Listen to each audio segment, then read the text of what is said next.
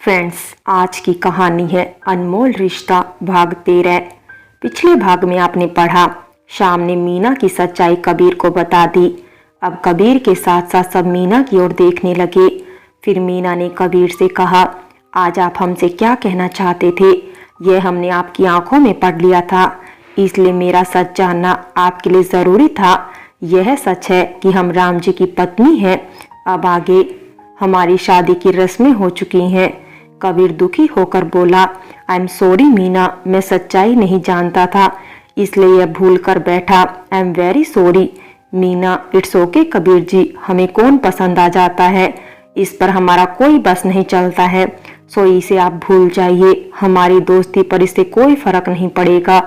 शाम, सॉरी कबीर, मुझे नहीं पता था कि कुछ ऐसा भी हो जाएगा। हम तो बस यह चाहते थे कि मीना की स्टडी कंप्लीट होने के बाद जब भाई इस रिश्ते को ऑफिशियली अनाउंस करे तब सबको पता चले। बट ऐसा है कि अब जब इन दोनों के बीच की सारी प्रॉब्लम खत्म हो गई है तो मैंने तुम लोगों को बताना सही समझा। आई नो, मुझे तुम लोगों को पहले ही बता देना चाहिए था। सॉरी, बट भाई की नाराजगी की वजह से हम चुप थे।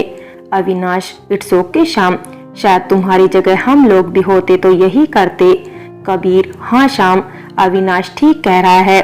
मीना, अरे अब आप लोग अपना अपना मूड ठीक कीजिए। वैसे हम किसी ऐसे को जानते हैं जो कबीर जी को पसंद ही नहीं प्यार भी करती है। शरारत भरे लहजे में मीना बोली तो सब एक साथ पूछ बैठे, कौन? मीना, अपनी क्लास में जो नेहा है वह शायद शुरू से ही कबीर जी को पसंद करती है। इस पर सब आश्चर्यचकित हो गए। रजनी, अच्छा यह सब छोड़ो, नेहा की तो हम कल खबर लेंगे। पहले यह बताओ यारो कि अब हम मीना को क्या बोलें? सब एक साथ, मतलब? रजनी, अरे तुम लोग इस तरह रिएक्ट मत करो। अब जब हम सब जानते हैं कि मीना शाम की भाभी है तो हम लोग मीना को अपना दोस्त माने या फिर भाभी? हंसते हुए बोली अविनाश, हाँ भाई, यह तो सच में सोचने वाली बात है। अपना सर खुजाते हुए बोला और सभी हंस पड़े। कबीर, जो कि खुद को संभाल चुका था, बोला ऑफिशियली भाभी, ताकि अब किसी और को कोई भी गलत फहमी ना हो। इस पर मीना बोली, नहीं नहीं, हम बस आप सबकी दोस्त बनकर रहना चाहते हैं। वैसे भी हम अभी शाम की आधी अधूरी भाभी ही हैं, इसीलिए अभी यह बात बस हम लोगों के बीच में ही रहे तो ज्यादा बेहतर होगा। कहकर वह आगे बढ़कर गाड़ी में बैठ गई। उसकी आवाज में छुपा हुआ दर्द सभी ने महसूस कर लिया। कबीर, शाम, क्या अभी तक सब कुछ ठीक नहीं हुआ है दोनों के बीच में? शाम, पता नहीं, कभी लगता है सब कुछ ठीक हो गया है और कभी लगता है कि पता नहीं क्या होगा। भाई को देखकर तो लगता है कि वह अब इस रिश्ते में आगे बढ़ना चाहते हैं, पर मीना का नहीं पता। अब आखिरी फैसला मीना का ही होगा। सब एक साथ उन दोनों के जल्द एक होने की विश करते हुए अपनी अपनी गाड़ी में बैठ गए। कबीर ने खुद को संभाल कर मीना के साथ एक अच्छे दोस्त का रिश्ता निभाने के लिए खुद को तैयार कर लिया। मीना, मैं तुम्हारी दी हुई इस दोस्ती के रिश्ते की हमेशा कद्र करूंगा, इसमें कभी भी हल्की सी भी दरार नहीं आने दूंगा। अविनाश ने भी उसके कंधे पर हाथ रखते हुए आंखों से सहमति जताई। इधर मीना की इस बात को वहां से निकल रहे राम और विजय ने भी सुन लिया। मीना की दर्द भरी आवाज से राम भी काफी दुखी हो गया, पर इस समय वह खामोश ही रहा। विजय ने उसके कंधे पर हाथ रखते हुए कहा, चिंता मत करो, अब तो बस 1 महीने की ही बात है। बस इस बीच में तुम उसे ज्यादा से ज्यादा खुश रखने की कोशिश करो ताकि वे पिछली सारी बातों को भूल जाए। उधर काव्या अपने कमरे में गुस्से से सारा सामान इधर से उधर फेंक रही थी।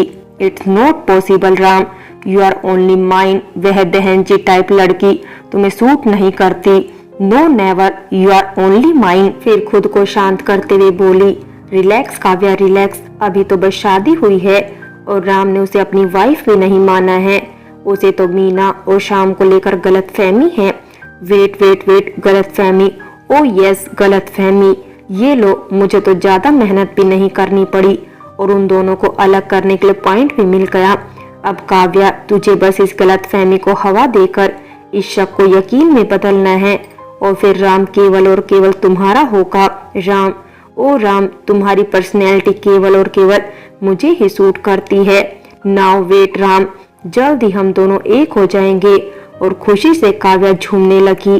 क्योंकि काव्या ने पूरी बात नहीं सुनी थी कि राम की गलतफहमी अब दूर हो चुकी है, इसलिए वह यह सोचकर बहुत खुश हो रही थी। घर पहुंचने के बाद मीना जैसे ही बाथरूम से फ्रेश होकर निकली तो सामने सोफे पर श्याम और राम दोनों बैठे थे।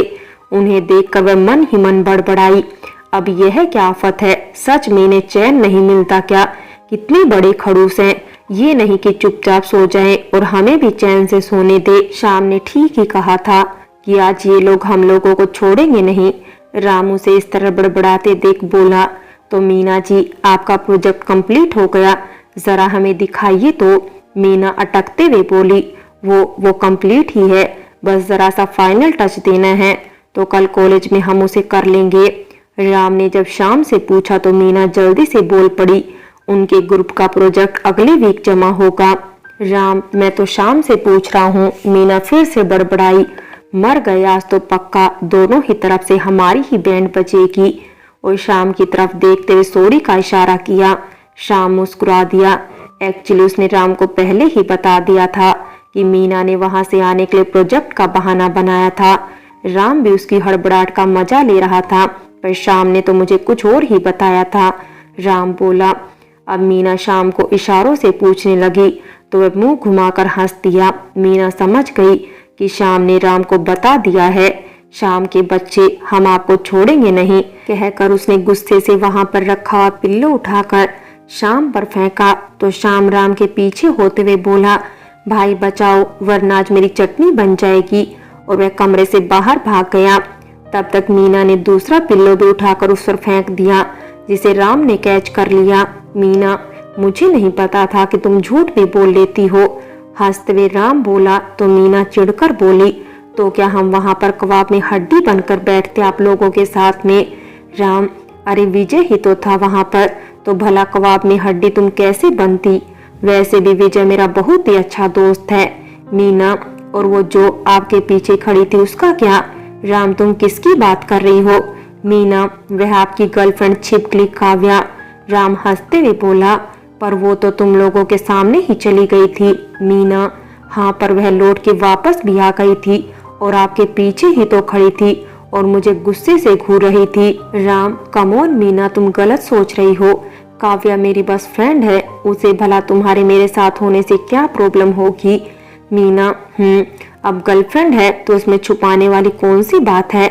लंदन में भी तो कोई ना कोई गर्लफ्रेंड होगी ही। राम झुंझलाते हुए बोला, मेरी कोई गर्लफ्रेंड नहीं है। मीना मुंह पिचकाते हुए बोली, मैं कैसे मान लूं? वैसे भी मुझे इससे क्या मतलब, आपकी एक गर्लफ्रेंड हो या फिर 10। इस पर राम गुस्से से उठकर वहां से चला गया। तो मीना बोली, अब इसमें गुस्से वाली क्या बात बोल दी मैंने? और वह भी बाहर निकलकर शाम को ढूंढने लगी। शाम अपने कमरे में फोन पर शिल्पी से बात कर रहा था। यह देख मीना बोली, जनाब को तो समय मिला नहीं कि फोन पर दोनों चिपक गए। शाम, अरे मीना तुम यहाँ, भाई चले गए क्या सोने? मीना, हाँ कड़ू जी चले गए, उसका मुंह फूला हुआ था। शाम समझ गया दोनों में फिर से झगड़ा हुआ है। क्या हुआ, कोई बात हुई क्या फिर से दोनों में?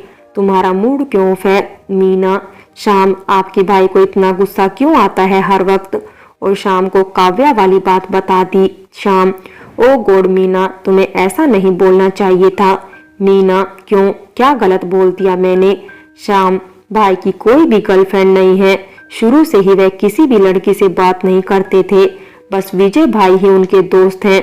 मीना, पर काव्या जिस तरह से उनके गले लगी तो हमें लगा। शाम, काव्या दी तो बस ग्रेजुएशन से भाई के साथ थी, पर भाई की उसके साथ भी कोई खास दोस्ती नहीं थी। वह तो शायद बहुत दिनों पर मिले तो एक्साइटेड होकर गले लग गए होंगे। आजकल यह सब नॉर्मल है पुराने दोस्तों से मिलने पर भाई का किसी भी लड़की के साथ कोई फ्रेंडशिप नहीं थी। मीना ने अपने सर पर हाथ मारते हुए कहा, तब तो हमसे सही में बहुत बड़ी गलती हो गई। शाम, आप हमारा एक काम कर देंगे प्लीज? शाम, हाँ पर क्या? मीना, आप यही रुके, मैं अभी आती हूँ, कहकर वह जल्दी से अपने कमरे में गई। एक रंगीन कागज पर सॉरी लिखकर उस पर स्माइली बनाई, फिर किचन में जाकर कॉफी बनाकर ले आई। शाम, यह लीजिए कॉफी और यह नोट, आप राम जी को मेरी तरफ से प्लीज दे आइए, और यह दूसरा कप आपका है, और हाँ इस बार किसी भी कप में नमक नहीं है, कहकर अपनी कॉफी लेकर वह अपने कमरे में आ गई। राम जी सॉरी, मैंने आपका मूड खराब कर दिया। शायद इस कॉफी से आपका मूड ठीक हो जाए। श्याम कॉफी लेकर राम के कमरे में आया। राम बालकनी में रेलिंग के पास खड़ा हो सामने देख रहा था। श्याम भाई, यह रही आपकी कॉफी। राम आश्चर्य से बोला, पर मैंने तो नहीं मंगाई थी। श्याम, हाँ मीना ने भेजी है। राम ने कॉफी का कप उठाया तो उसे पीले रंग का एक चिट दिखी। उसने उसे खोलकर देखा, उसमें सॉरी लिखा हुआ था। वह मुस्कुराते हुए श्याम से बोला, ओ तो यह कॉफी सॉरी के लिए है, तो कॉफी भी तो उसे ही लेकर आनी चाहिए थी जिसे सॉरी बोलना है। तुम जाओ, जाकर अपनी दोस्त को यह कॉफी और यह सॉरी वापस कराओ। श्याम धीरे से बोला, भाई आप कॉफी पी लीजिए, मीना नहीं आएगी। राम हंसते हुए बोला, क्यों, मुझसे डर लग रहा है क्या? इस पर श्याम धीमी आवाज में बोला, भाई वह इस कमरे में अभी तक कभी भी नहीं आई है। क्या सच में मेरे पीछे से भी वह कभी मेरे कमरे में नहीं आई? श्याम, हाँ भाई कभी नहीं। मैंने कई बार बहाने से अंदर लाने की कोशिश भी की, पर उसने हर बार यह कहकर टाल दिया कि आपने मना किया है। अब राम को और भी बुरा लगने लगा। उसने कुछ देर सोचा, फिर कॉफी का ट्रे और चिट उठाया और मीना के कमरे की ओर चला गया। श्याम भी मुस्कुराकर अपने कमरे में चला गया। मीना अपने कमरे में झूले पर बैठे हुए अपने और राम की तस्वीर को देख रही थी। हम कितने बदकिस्मत हैं जो अपने पति को खुद से मनाने भी नहीं जा सकते। उसकी आंखों से आंसू बह रहे थे। उसे यूं रोते देख राम का मन भर आया। रूल तो यह है कि जिसने नाराज किया उसी को मनाने आना चाहिए था, ना कि किसी और से सॉरी कहलवाना चाहिए। मीना ने सर उठाकर देखा तो राम सामने कॉफी के ट्रे लिए खड़ा था। अरे वाह, नाराज मैं था और रो तुम रही हो। इस पर मीना जल्दी से बोली, नहीं नहीं, तो हम कहाँ रो रहे हैं, वह तो आंख में कचरा चला गया था। राम ने ट्रे साइड में रखे एक टेबल पर रखी और उसके हाथ से वह तस्वीर ले ली। वाह, बिना किसी तैयारी के भी मैं कितना हैंडसम लग रहा हूँ ना। मीना इस पर हड़बड़ा गई, और तुम भी बहुत ही प्यारी लग रही हो। यह सुन मीना राम का मुंह देखने लगी। राम ने तस्वीर को साइड में रखकर मीना को झूले पर बैठाते हुए उसके हाथ को थामकर उसके सामने ही नीचे बैठ गया। राम ने इस तरह से उसे पहली बार छुआ था तो मीना के पूरे शरीर में सिहरन होने लगी। राम उसकी आंखों से आंसू पोंछते हुए बोला, तुम इस बात से परेशान थी कि मैं नाराज हो गया हूँ। अरे पागल, मैं भला तुमसे नाराज कैसे हो सकता हूँ? मुझे तो बस खुद पर गुस्सा आ गया था कि अपनी गलतियों की वजह से मैंने तुम्हारा कितना दिल दुखाया। आज जब तुमने काव्या को मेरी गर्लफ्रेंड बताया तो मुझे एहसास हुआ कि तुम्हें कितना बुरा लगा होगा जब मैंने तुम्हें शाम की पसंद बताया था। मीना, तुम निश्चिंत रहो, ना तो काव्या और ना ही कोई और लड़की कभी मेरी गर्लफ्रेंड थी और ना ही कभी हो सकती है। मेरी जिंदगी में आने वाली पहली और आखिरी लड़की बस और बस तुम ही हो। मीना आश्चर्य से उसकी ओर देख रही थी। राम जी, आप ये क्या बोल रहे हैं? राम, विश्वास नहीं हो रहा ना मुझ पर यही सच है। मीना, मैं तो बस तुम्हारे एग्जाम कंप्लीट होने का वेट कर रहा था।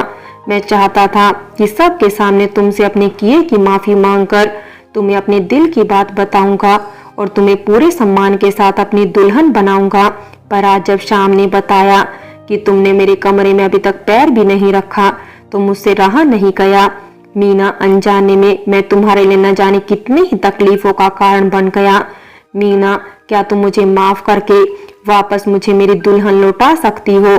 क्या तुमने मुझ पर से जो अपने सारे हक वापस ले लिए थे उसे लौटा सकती हो? मीना, क्या तुम मुझे अपनी जिंदगी में शामिल कर मेरी जिंदगी बन सकती हो? क्या मुझे तुम्हारी खुशियों का ख्याल रखने का हक दे सकती हो? राम ने उसकी आंखों में देखते हुए कहा। मीना को विश्वास ही नहीं हो रहा था कि यह सब सच है या वह कोई सपना देख रही है। वह बस राम को एकटक देखे जा रही थी। राम ने उसे यूं घूरते देख उसके कंधों को पकड़कर झुलाया तो मीना को होश आया। क्या कहा आपने अभी? मैं कोई सपना तो नहीं देख रही हूँ। राम समझ गया कि मीना को विश्वास नहीं हो रहा है तो उसने मीना को दोनों कंधों से पकड़कर अपने सीने से लगा लिया तो मीना के सब्र का बांध टूट गया और वह जोर जोर से रोने लगी। उसने अपने दोनों हाथों से राम को कसकर पकड़ लिया, जैसे अगर उसने उसे छोड़ दिया तो वह कहीं दूर चला जाएगा। उसके आंसू राम के दिल को भिगो रहे थे। आज उसे सही मायनों में उसके दर्द का शिद्दत से एहसास हो रहा था। वैसे अपने सीने से लगाए उसके बालों को सहलाए जा रहा था। थोड़ी देर बाद भी जब मीना चुप नहीं हुई तो उसने धीरे से पुकारा, मीना। पर मीना ने कोई जवाब नहीं दिया, वह बस रोई जा रही थी। राम ने एक दो बार उसे पुकारा पर वह शांत होने का नाम ही नहीं ले रही थी।